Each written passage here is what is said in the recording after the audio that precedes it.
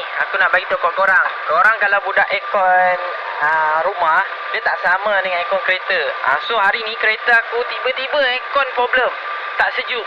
Jadi aku ada jumpa ni dekat TikTok ni, aku beli gas 134A kalau untuk kereta. Kalau rumah R410, R22, R32. Kalau kereta 134A. Aku beli ni dapat gas, dapat dua hose ni, kan, low side, high side. Lepas tu aku dapat valve ni, aku dapat valve macam ni lagi, kan.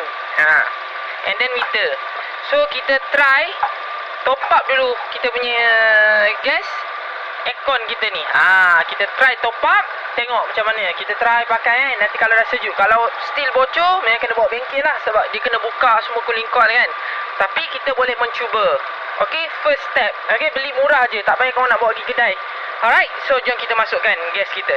Okay, so gas ni dia memang macam ni lah. Nampak tu, kita tekan sikit. Ni, korang pusingkan benda ni kat atas. Lepas tu korang pusing macam ni.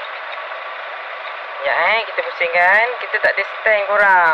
Pusingkan macam ni je. Lepas korang dah pusingkan ketat-ketat ni. Ni ketatkan. Lepas tu pusing je benda ni. Nanti bawah tu terus cocok, terus boleh masuk kita punya gas.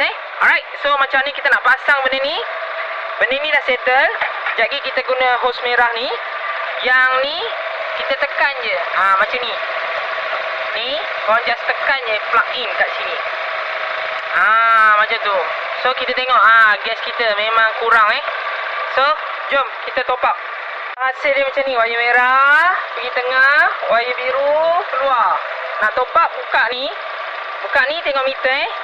Nampak? Meter naik. Okay, bila dah buka macam ni, kita buka yang biru tu pula. Okay, so nampak tu dah naik. So enjin pun dah memberi signal kepada kompresor. Kompresor dah jalan. So kita tutup sekejap, kita tengok belah dalam. Alright. Okay, so kita dah tutup. Ni bacaan kita tu. Sekarang ni kita tengok kat dalam.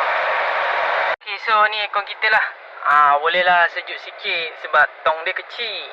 Kalau korang beli yang tong besar, bolehlah ni sejuk. Bolehlah sementara nak sampai ke bengkel, kan. Okay, alright.